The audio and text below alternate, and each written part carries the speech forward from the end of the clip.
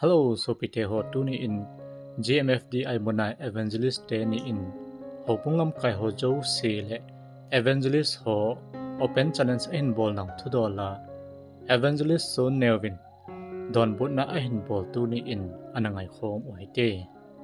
Jing khulam le thanglin sein hitabang thu phun hi na bol hon na dinga hi hin khu na man khom hlana ki khan thei lowa hin khu na man hlana asu na jana roba jong hi hoi lai na sel mong jinam ki helo in na thu phun hi na bol jom thei ham na bol jom thei lo ham ti vet hla na dinga hi roban hi 7 day event teacher soin bi do min lang kyon khani kanum pi diwi aban ta le thanglin sei hi KBCO in na headquarter wa pi win lang khani sungnom pi diw jing khulam hi ECA 10 na kawlu dingu ECA head office a headquarter a khani nom pi diw na po do sa lo diw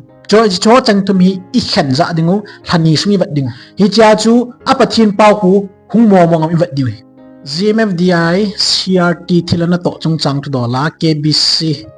Kuki Baptist Convention hobung hole khasu hi tu ni la ni veket hi tiwi aje su tu lai ta adinga hi chi thilana to namun hi igam sungu na pen le hagawa dinga mihim zo silung subui pen setan na satal khep na hu ya zap cho hi in alin aneo mizo si imumo to mo zena athule la hi ibkisa bui pinaw jingai heya chumi tam ta pathin thua ki ven ji hello lungbo ya hi cho chu lungbui na loading la pathin thua ding dan ikil jingo to kilona tu chen ngai pan in lau in chuting ta li thu sei do hi na satam na tongin chuting ta le thilakul pi jong kiling leu jingin jong le mi tam ta in jong he thim theina inei ta pathin thua ding dan ki chin tan ka he chin tai ta mi tam ta test mi lo pi ta ki mu jingin hi cho I bol na ban wa hobung hon jong hang san ta le kha su ho le order hang san ta hin su ho ki mu thai zap hongum ta zan hi December 23 som ni le thum nya chu order khat a hin su wa mi khat chunga action ala oi tan ki pa me pi le ta bang order na hin su hi aje chu thilo hi naw ki chin sa ita in hobungin mo pu na inei lom dungzuya hi I mo pu na hi action la chat phai tan hobung chu establish church hi in ordain elol organize mission khat a hi ta in hi chun disciplinary action to ki tu la chon zo si chu chunga thu tan ni tha nei su ke in it's very very biblical in organize I tol hona chu cho ta banga chu ichi diu le to diwa lom ki tong a in ya chu phul lo bia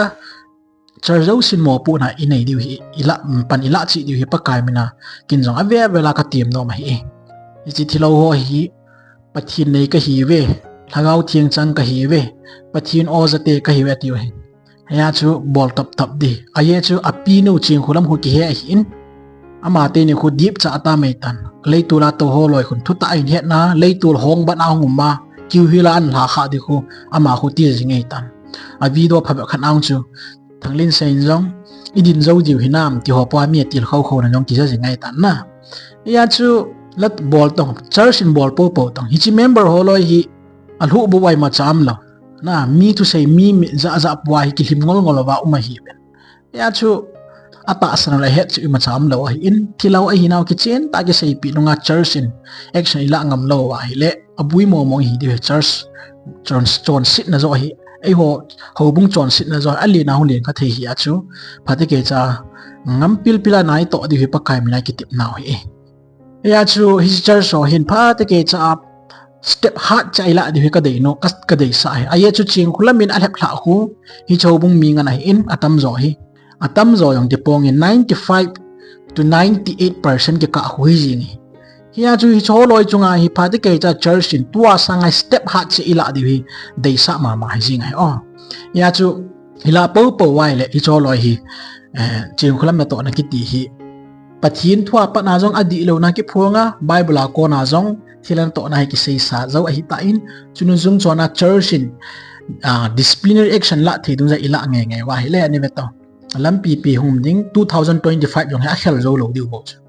hobung I to diwa lo mi to wai sila pele lagau thing pin le na to na dung zuya hobung in vanui pumpi corning lizen ta gospel ke pan tu pa ilu su lo thiai hi chi thile na to pen ta chu ipi bola iki ho tu wai bol to ni khanang su mang thei chu aye chu hitabong oi gam sunga lan sa di lo hi mail hi gal sanga danger ro chu na ya cho ho bong ni ihan sano ngai cho ipi ti dana ke ka builo poli ti amina nup nup kita santan ti ya mo omjing ni hamna why KBC KCC bo se ka ti po in Presbyterian Pentecostal Church Catholic Church Messianic koi yu ham medium set na lai koi man chan le khai su nai povin thilana to ki tiwang chu Bible phada ke cha su sal sahin hi chunga chu hoi ta ke cha disciplinary action la ding dor cha la chat di tu hin thanglin sei Christmas ko na hi to kilhonin 25 ni khela thila puin download kit dinga ti in ni POC leitola ki hial pha sa dinga ku kit ni cha chen pathin na tong hole hobung ho chona hin bol kit adi sanin son neo a hin te na ni chi video cho khat me ga ve te win sei thei thei sei ka te ni chi thila to ki chim company ti da na mi hi ti chau jing nga ve hi ti ba khat ve nga hi ti ba ti sei adi den tu chung hin adi poi chi pathina kon he poi thil he ma he ai lo le satan na to na he thilha na to na he ti a nil kala pang koi he ta nam sunga ho tha cha hen nang ai lo le mi pi la he jong la koi iti povin tunin hi chini khu ting le hen hongo hitin amun ta akitu pui iti naw hi chi thil he ma he iti naw pa chu thu ta chi pi ka hin pathin la chadi ta lo pathin cha di ta kai ni chi ke mu danin a he mai bo ve satan na to na hi na tia le jang ke amun ta hong ki din te pi ding in pakai min kan ko ve na he adi sanin especially ti tunin na adi sanin number 1 isu pi pau sun neo I mean tan hin sing ka te ji sama no open ta YouTube ma video tampian sim ta sa di lon ho he na nga la he inom do mi sia edem sanga abul chu isu mit lawa abul chu isu be lawa ikal do abul chu tha mit lawa le apam la ngai pi ki se on le mi ging jing de so ya so face to face in amun ta hongin lang Bible chang hoa pansa thiam ipiana pansa de ham nadi poi chinang patin la chadi ta ka hi moi na tial hong ki din te pi vin lang hello chun na sei bong wa alhema hiale na su zum so de he na su mol pho zo de he kewon kana pate vin kewon kana khol chen vin he chi adi pakaya ko na ngai lu na lagaw thing bil na he ti ka pho chen vin ka su thip zo po ve ya so su thip zo nam wa la hong vin nang na su thip zo po wa le nang ho sei pa ata ti na hen akutia le inamu iboi naw tua iboi na pau be di ta sala ke hoyong koi ma ke lung hang lo dinga he ki dam wa kana dingam poi esun adi mong poi ti wa le pathin la chadi ta pathin thu kho sa mong nam ngai lu mong ka hi na tia le koi hi jong le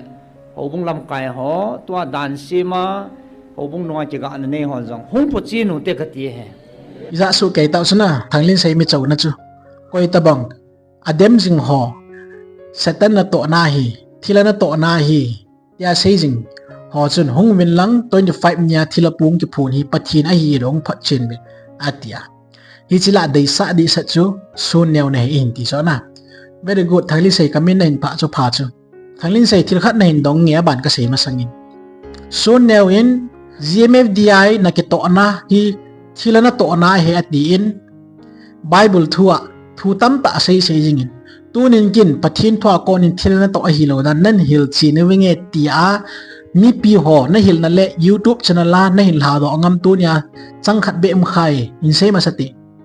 pathin thwa ko na hi chi hi pathin na to na mo mong he na ti na kam jang hoyam kha mo thalin sei ama sa pen kin hi chi chunan chawin kate na thilapu e poi pathin a hi mo nge ti hi mas pena nain phat chit na dinga Bible thu nain shading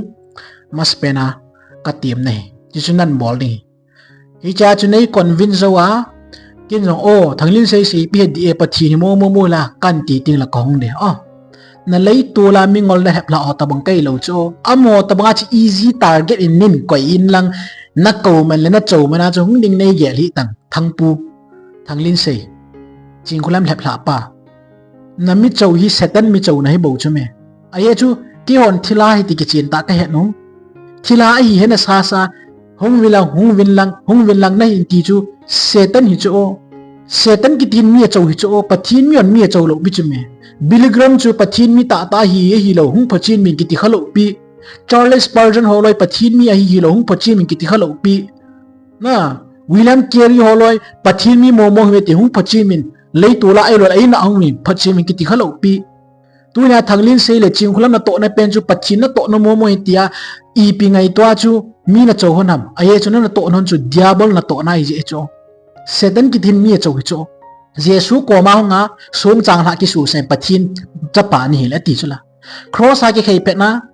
pathin cha pa ni le hung kum than ti chula Satan se yo si chu Jesu na bolam a bol lo ya chu pathin hi poi na ti ngam ne ham lei tu la mi na ko ya chu ka hung lo ye wa chu na ho cha pathin ho ni diu ki ho adi lo ka hi thau thau ni ti na dan ham ki hon thila hi ti ki chen ta ka he no ke ho chu chi lei tul mi bu ho mi chapo ho Satan hep hla ho mi zum mo ho mi hoi tho ho ki khop khom na mun a chu ki ho hung hi we tang ne nam ki ho hung na ding hi lo cho lai chu aye chu ka hung ding na de ya hi le ka sei ta chu pathin a hi dan pathin to ko him phat chi ma sata aye chu Bible tu sei dung ja ki ho pathin ho ki chu hi chi lei tur mun a chu Bible in pathin a hi mo ta a hin sei thia le o thanglin sei di chi tau te kan ti ni chu nang ko ka ngai lo pi chu ne na tu nin Bible a Jesus Christian ai thumop naw nan sei pi ngi Matthew bung som ni le li chang som ni le ku ani ve tong thanglin sei na sim kha lom chi Vevin mi ho in na za awa gam thi ba me ti wa yong le chi min in ben sung nung amme a ti wa jong le an chi hu na ti cho lei tu la amme hoi lai mun amme te an chi hi bin ti cho Jesu mi na hong kilap ma pathin hi hung pachin min tam mi chole le ho ko ma chun kapakai ka hu hing pu Jesu Christian akam chang ta ai thumop na wa chun an chi hi min ti cho thanglin se nang lei tu la alhu ki su lo alhu bu kim lo pathin thu iya sa lo na lep la ta bang jing ki ho easy target ni nei thang thanglin se Satan in zum mo tanga na lep la hi ji chu nangin za chalo tanga ho la cha ho bung ho na ti nang ho business man na ding ka hi lo chame ke ho mingol phabe khan na ki lep la society sunga mi ching ta da na mu milal organization leader thila ta san thebe ngan na ki lep la thim gaw hliam on a lep la sa ngan na ki lep la na yong ching khulam na lep la gul hang valli na hi lai ta nunga hon yong hoi na sa pathin na tong tongo na ta na ongai na oniam na hi pathin na to nan mang tongo tom cruise ho sang na mial hoi jo de chun ipiji ai banga ching khulam thilanu ni shop le ding powa anung tina na juya akin zo si bola na hindi ki sa lalam dukan na chile na chi pin common room a tol na to pin bazar a chile na chi pin bu ne la ne khom pin thilha to keu le keu khom pi da na na tong kin gulang wang se ta nei cho nang na gulan ta lai ta chu mang chan lang thila tu sei po ngai ding ho bung ho pastor ho pa kai la cho hi chole le hi ta nain khupum pia na wang sit na di chu thua keu wi chu pathin hi thanglin sei ne nam thua keu wi chu chi ya chu pathin thun a sei bo ka ho diu pathin thun chi hi men ti la ka chi lo dingu pathin thun chi men ti la ka chi diu chu thua hai chu thua keu ya chu hi chi thua chun nang in jong lấy tu la na thila pui pathin e hemong ti pathin to koin phat chen ta nang ko ngai lo ba khong diu cho so cha te bung som se gi na beria mi ti dan ko ne na thanglin se ka tu se na ngai ding ka ta sanin na skip lo ba na ngai di cho so cha te bung som se gi ko ismai le beria mi te pathin to hol dan ki mu cho chang som la ka ismai le amo chu Thessalonica mi ho sangin a phazovin lungkip ba tan thu sangon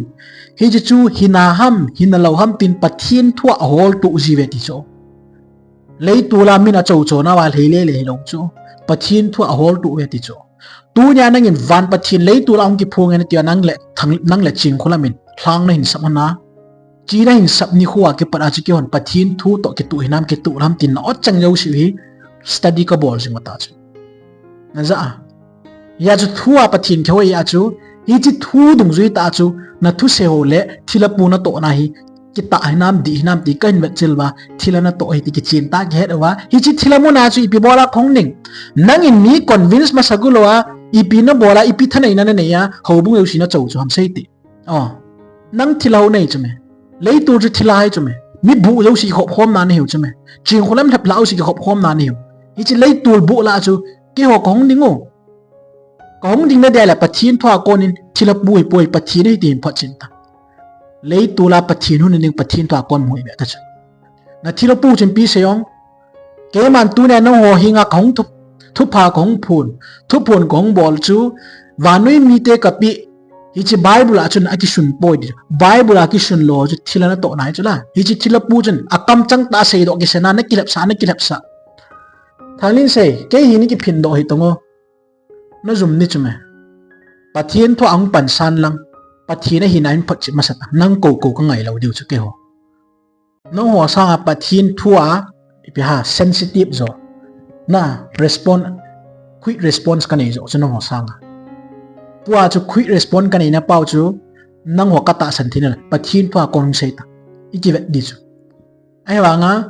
i piam khat mei dana microphone maya nong dina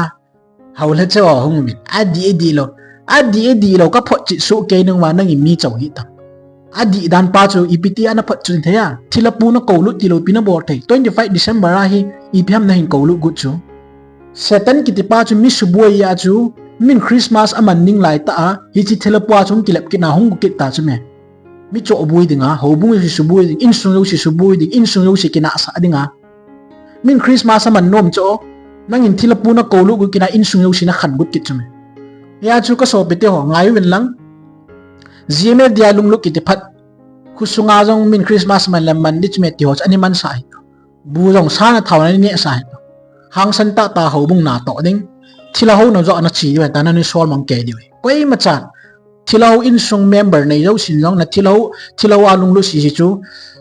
bu le me bel ho jong tha da win lang leng khom jong bor khom pi da win lang Christmas amin mo mong chul sai to hi ta bang thila ho loi i pi ham nang ho in chalai mu na adi lo pathin thua pan na khat yang nei thila mi na chau chu in bor so he to tu nai thanglin sei mi chau banga kan chau di hamai thanglin sei in lei tu la hong dinga mi chau jing he kin tua ha ma le ching khulam kan chau de phate ke chan ngai ba ching khulam le thanglin sei in hitabang thu phun hi na bol hon na dinga hi hin khu na man khom thana ki khan thei lo wa hin khu na man hlona na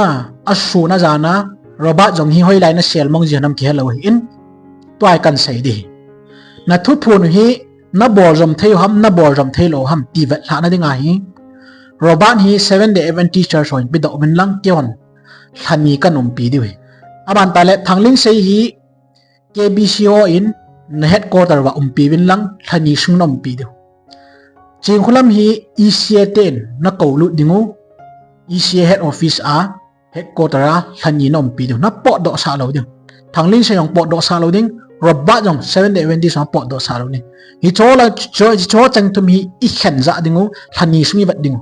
hi cha chu pathin pau ku hung mo ngam I vat diwi he thimwa chiting le chun chin kholam le thanglin sei gun ha ai ro le hi chi thilapu ama ma changa hom ti ki chen tai het ahong ding ki good mo ma jong le tu la hong ding ai bol lo dingu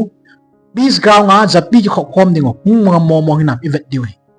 hi chi challenge si ka bol pi di thanglin sei chi chu ka challenge ne inver sei kit ngi thanglin sei ka chau na hi phati ke chang ki vet no nang kyu mi chau thei nei poi ke ho pathin thwa ding ka hi win thila hi ki chin ta khen ai ta in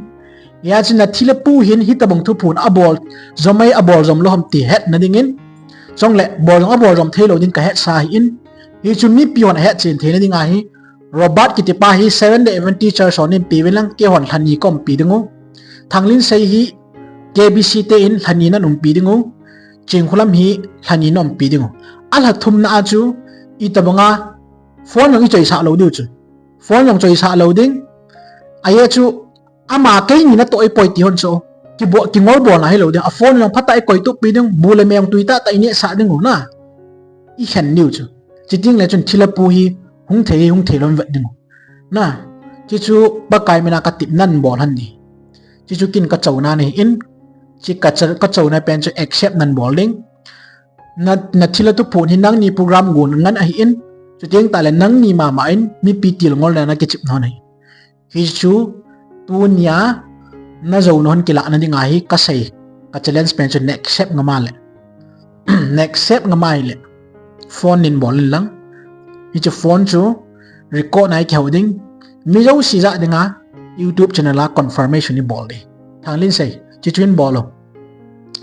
nang na bol ngam la chim khulai bol sa jing khulam hi kan phone jing jukin long chideng ta le what samang kan kheu ping a block kam ta chu mi ho pi ngam lo hi chi challenge ka bol hi tu nya YouTube chana nga yu shun he ti win bon che ke cha email chi su ke diwe chu chu tu nya thanglin sei mi chawna hi in pathin thua pathin ho gulowa hi ta hi mi pathin het hi mi chawna man gun hi ai chu pathin het lo ya chu mi chaw hi na hin la aman pathin he ki sai chu mi chawna man na ta mong hi pathin mi ho hin akhang khanga hi ta mga ki bol na le ki chaw lu na hi koi ma chaung ki za khalang hi chi GMF dai le tu lang ki pan hi in hi chi hi di mo mong lo thil ha ko na hong kun mo mo hin dan aphot chi na kin e ma mon ke thei kin lo hi chu tu nya thamak ga se hi in i chui tan te tun la in mang phasu ke tau te ka ki pai